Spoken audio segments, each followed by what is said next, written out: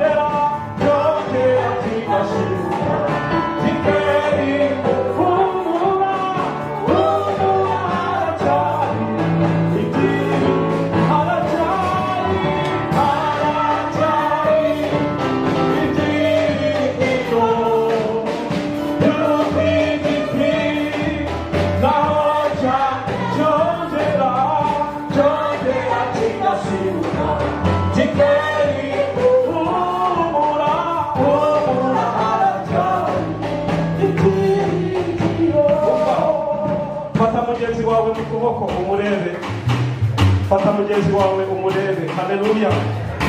Ndashaka kumuhanurira. Haleluya. Haleluya. Mubwire ngo humura. Tugiye kukwita ko kantu. Birashoboka ko waba uri kurira. Mubwire ngo humura haracyariho ibyiringiro. Haleluya. Haleluya. Humura haracyariho humura komera, humura haracyariho humura wirira, humura haracyariho nuko bararurira, humura haracyariho humura humura humura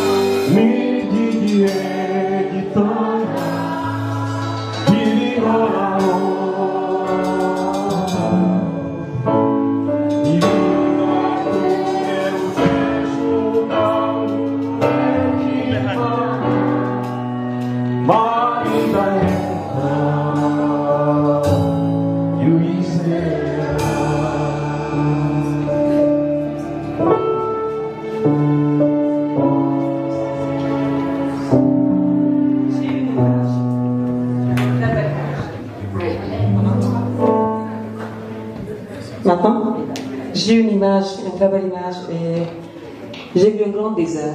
Et au milieu, il y avait une église avec, sans toit, et toutes les fenêtres et les portes étaient ouvertes. En fait, il n'y avait que des colons.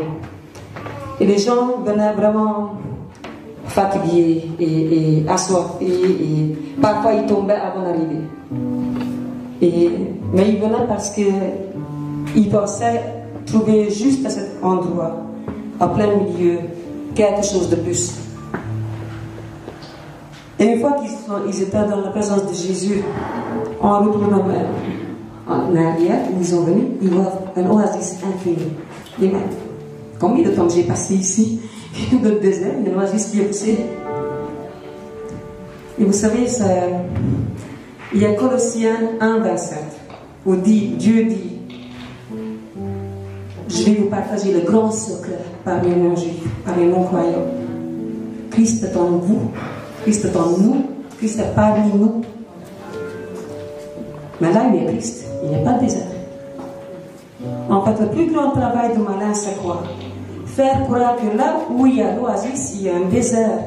Il nous a aveugler pour qu'on ne voit pas l'oasis, qu'on ne voit pas l'abondance. Mais l'abondance est déjà là. Christ est là. Et peu importe quelle abondance vous parlez, vous pensez dans votre tête, que ce soit l'argent, que ce soit les gens, que ce soit... peu importe. L'abondance est là. C'est le malin qui nous aveugle. C'est le malin qui nous vole notre au-delà pour qu'on ne sente pas les bonnes odeurs de fruits. C'est le malin qui vole notre vue, notre oui. Et c'est pour ça qu'on a besoin des églises. Qu'on apprend à voir les gens. Qu'on apprend à découvrir le Seigneur. Et après, vous allez découvrir cette âme sur l'église, comme celui-là. Mais il y a plein d'autres, et les chemins vont se relier. Et l'église va se passer au grand milieu de toutes les églises, pour construire son grande église avec un grand Dieu. Ça, c'est le grand secret de Dieu.